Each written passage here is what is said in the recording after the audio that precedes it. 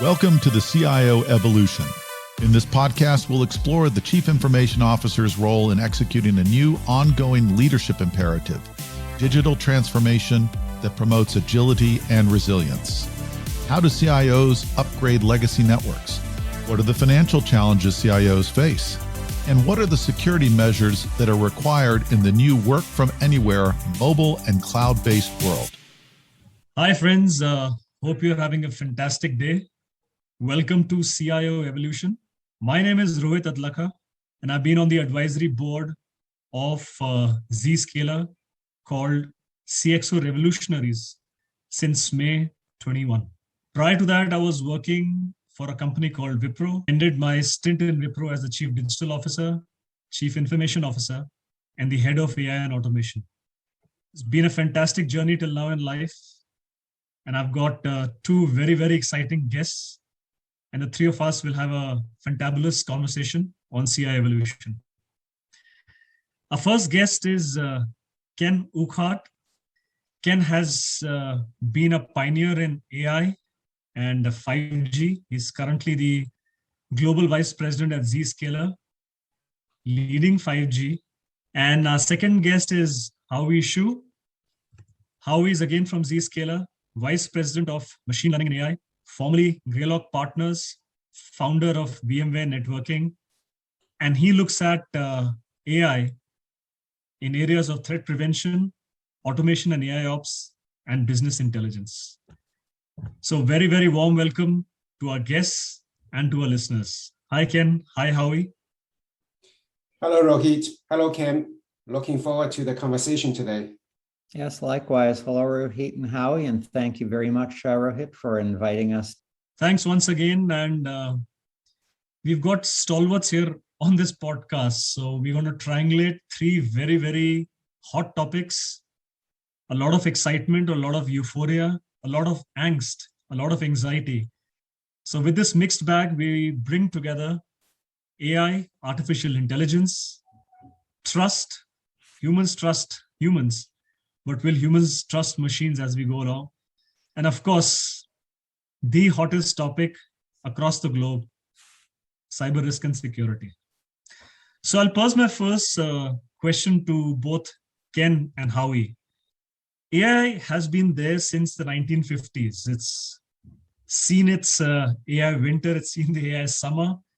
But just to get your perspectives, what are the advancements that you're seeing in artificial intelligence, machine learning, and how do you see the adoption curve moving? So I can discuss from my perspective about the AI, the advancement, right? So in the last decade or so, we suddenly see AI, being everywhere, but AI technology has been there for decades. So why is that? I think the advancement on the hardware, the NVIDIA of the world, right? There's a lot of the advancement. And then, next is a lot of the advancement in terms of the availability of the data, right? So like the phone, right? So, and then everything else producing so much data. Zscaler, we see, so much data, right? Enterprise, consumers having so much data. And then lastly, the software. A lot of people, do not talk about the framework, the software advancement as much, but the software advancement is quite a bit. I was joking with people that, hey, when it comes to AI machine learning, a lot of the AI programmers still in the kind of the 60s, doing the assembly language, the tools, availability isn't quite there for them to do things, to do, more rapid AI development. There is some truth in that, but there is a lot of advancement in that, despite the fact that the core algorithm, the core idea probably didn't change, Yeah, I certainly agree with that. I'm still seeing a lot of what I would call great applications of AI and machine learning, especially in cybersecurity, using techniques that have been around for a very long time.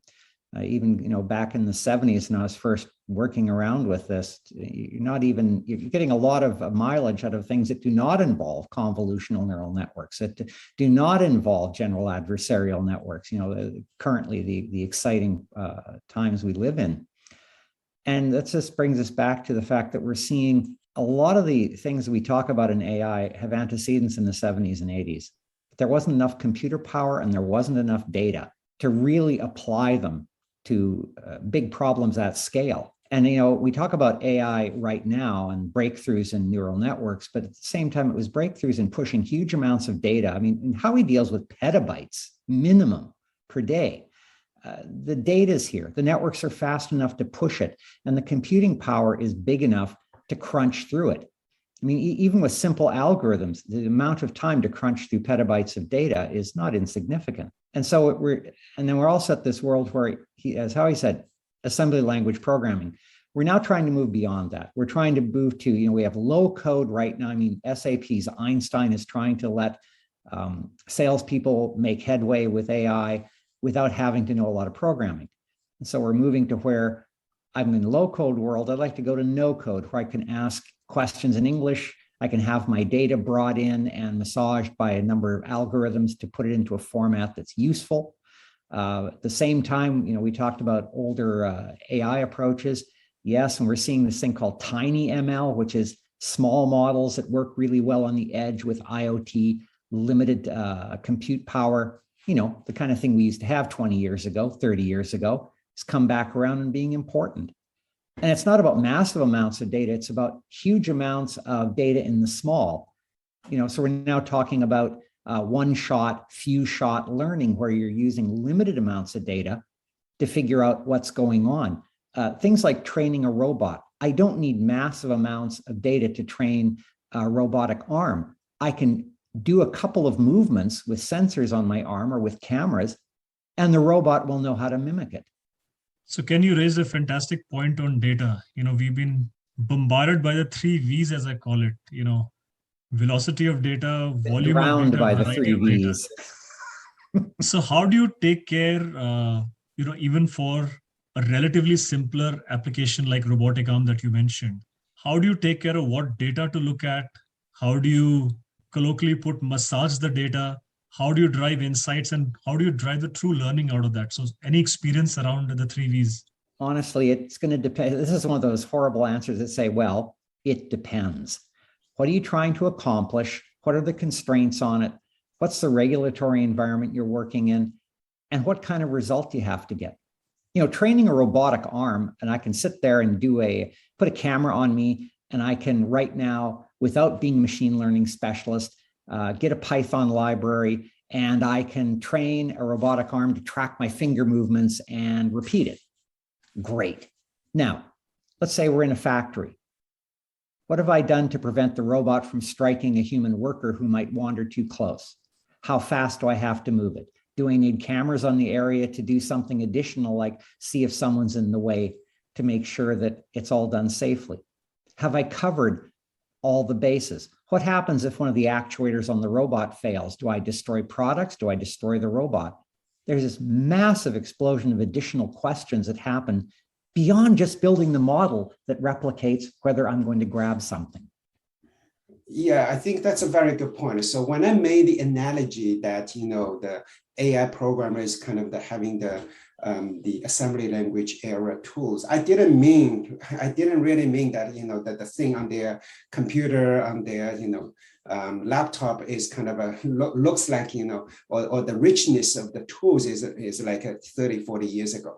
I was making the comment precisely for, because of the comment that Ken just made, right? So I can develop a model, but develop a model is just one of the, 15 things I need to worry about, right? I need to think about, where's the data coming from? Do I have the right data? Is the data biased? Is the data, even ethical? Or, once I have a model, how do I monitor the performance? When something is wrong, what do I do with it, right? That's a whole life cycle of it. So in that context, I feel like, the AI programmer has a few, too small number of tools today to help them to go through all of this.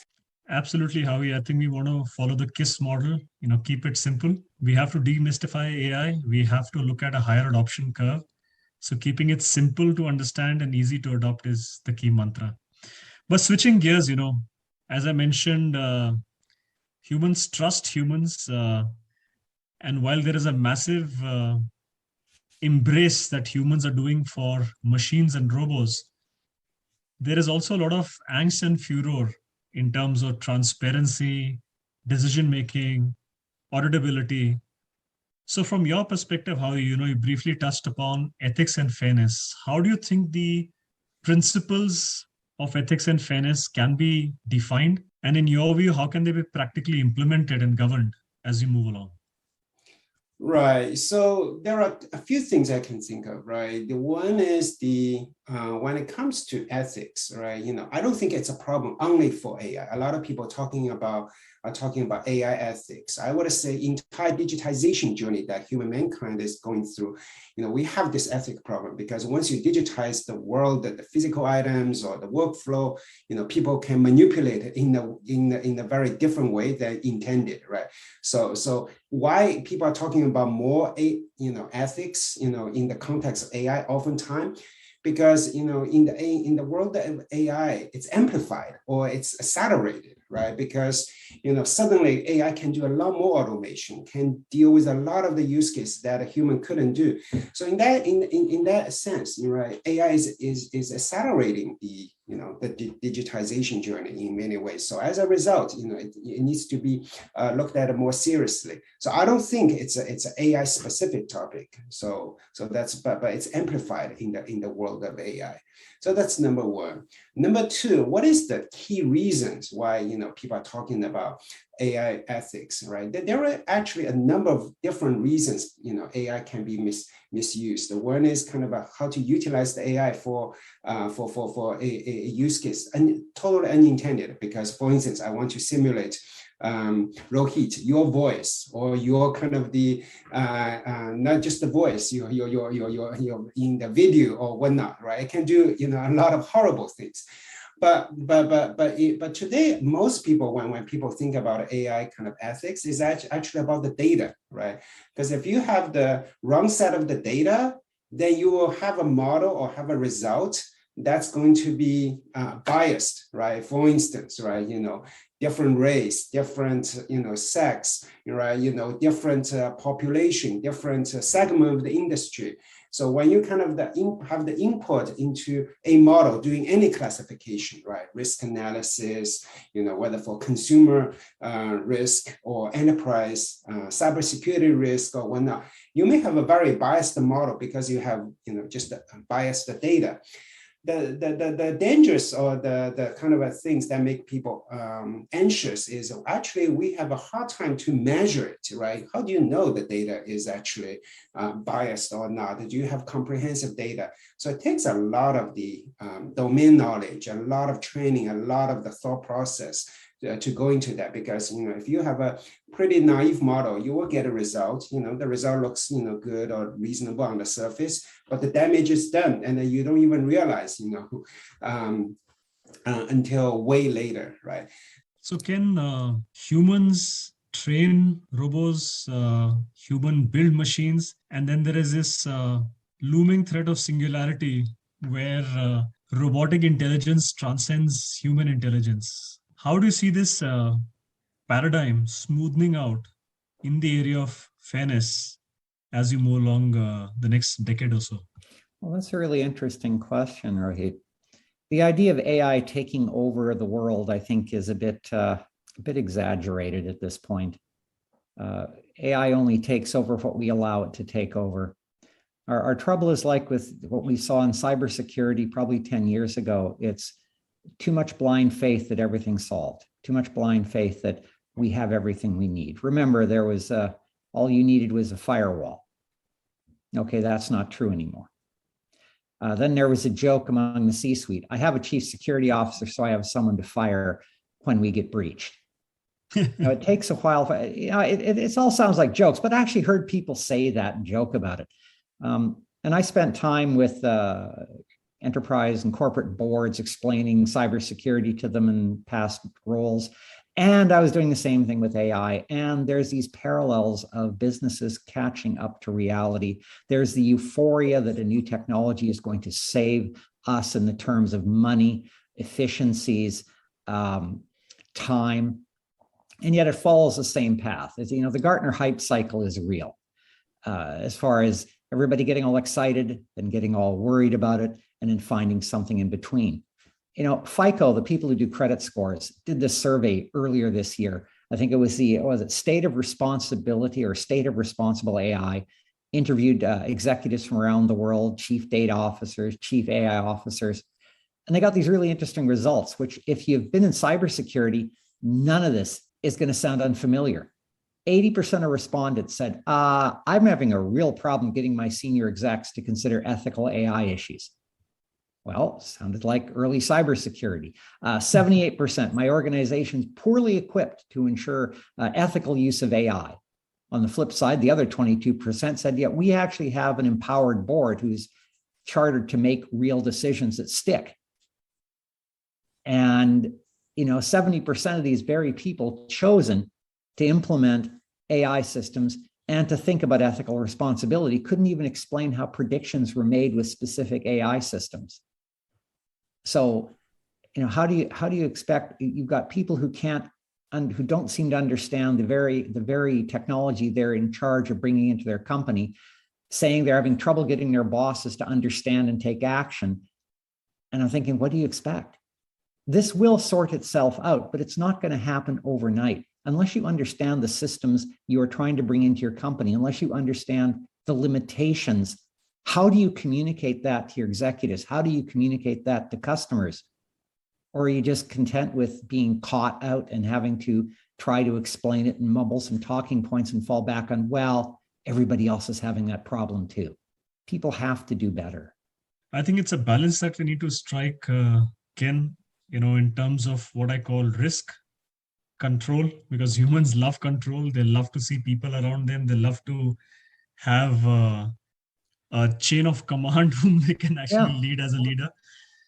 And the moment you move on to a virtual world where everything is invisible somewhere sitting on the cloud, but you still want the scale, you need the reliability, you need the security. So I think it's a balance, tight rope walk that all of us will have to do as we move along. But very quickly, switching over to the third pillar, we've talked about AI, we've talked about trust and, cybersecurity. So last year alone, there were about 4,000 major cyber attacks across global enterprises. And I was reading a very interesting statistic that if you put small, medium, large cyber attacks, we get about 22,000 attacks a day. In my view, that will be much more. But if I were to just triangulate these three key pillars, how do you see the intersection of AI, zero trust, which is an extension of trust, and cybersecurity? And how do you think these three paradigms will evolve into a single paradigm? So zero trust has been the talk of town, in the cybersecurity world for the last, several years, right? And the way I look at zero trust is it's just a kind of a very nice way to capture where we want cybersecurity to go, which is granular policy and then very dynamic policy and a very adaptive policy, right? So that's kind of how I see zero trust, right? It needs to be very granular, very adaptive, very dynamic, kind of the real-time policies. Now, how to make this happen, right? So no one, even 20 years ago, if you ask, any of the CISO, hey, do you want a granular policy? Do you want dynamic policy? Of course, even 20 years ago, people wanted it. Why we are talking about it now, right? So there are two things. One is, the application is everywhere. It's no longer just within on-prem anymore. You don't, you think you had the control. You never had a control anyways, but you think you thought you had a control, but not anymore, right? It's everywhere. People are moving around, right? During the pandemics days, even pre-pandemics, right? I worked at a Starbucks a lot of times. So that's, that's one reason it changed. But the other thing is, now it's actually a time we are finally are able to do more granular thing. Why is that? Because of the large volume of the data we collected, right? So we know, kind of your behavior, your kind of the pattern. So we are now finally able to, based on the data, generate the granular policy. Because think about it for a second, right? If humans has to say, hey, Rohit, you can access this application, that applications, that will take forever, right? So you really want a more automated way to generate those policies, those very granular dynamic, real-time, adaptive policies. So I wouldn't say it has to be AI driven, but I think AI come a very long way. It's going to come a very long way to help this zero trust policy. So really, I'm saying two things, right? Zero trust is here to come because of the nature of the application, the nature of the professional, the people. But finally, thanks to AI, thanks to the data, thanks to the technology we have, granularity of the policy is finally is going to be made possible. Zero trust by definition means trust no one. But if you have to implement it in terms of the policies and the actual implementation, you still need to trust someone. And if that someone happens to be a bot and not a human, that complicates it, even further. So I think there are two different aspects here, right? One is you still have to trust someone, like you said, right? And the bot, whether a bot or some program, but the point I'm making is it has to be more automated than before. It cannot be manually, hey, you have an organization of 100,000 employees, right? Hundreds of thousands of applications, someone manually do that. That's just not going to be possible. You have to rely on some automation. How's that automation being done? Human will have to, influence a lot, no question about it. But some of the implementation, some of the design will be driven by the AI and the machine learning. So that's kind of the how I see it. Yeah, and Howie, those are really excellent points. And I think just a little more color around this is we started with the world where security was walled garden. There was a firewall. There was the idea of us safe on the inside and the outside world we can't trust. But that's a siege mentality. In this world where I have automated attacks on me, when I have botnets hitting me, I have to stop every single attempted incursion. And the person who's attacking me only has to be lucky once. The odds are in their favor. So then Zero Trust said to the world, all right, that's not a maintainable model it doesn't scale. So how can I operate safely in an environment where I have threats everywhere, where there is no separation in a safe area for me, but I'm always in a hostile environment? And that's where we went into, yes, they'll be identifying who you are, who your machines are, what you're allowed to touch in our system, how you're connecting to it. That works now. We've been very successful with this approach. But now let's kick it up a notch. We're about to enter the Internet of Things. We're getting into it now. But now you're talking about millions, hundreds of millions of devices that you own, that your partners own, interacting with you, trading information back and forth, asking for actions and commands. Your problem just scaled out of your control. Manual intervention, our cybersecurity groups, at most companies, can only look at 20% of the alerts. You need help. Fortunately, tiny ML, small models that work with minimal teaching. This is what Howie is an expert at doing, is applying all these things I talked about earlier at scale. So we're getting there. We're using it. We're not using horribly complex convolutional neural network models where you're not sure of the results. You're not sure you've hit the solution space.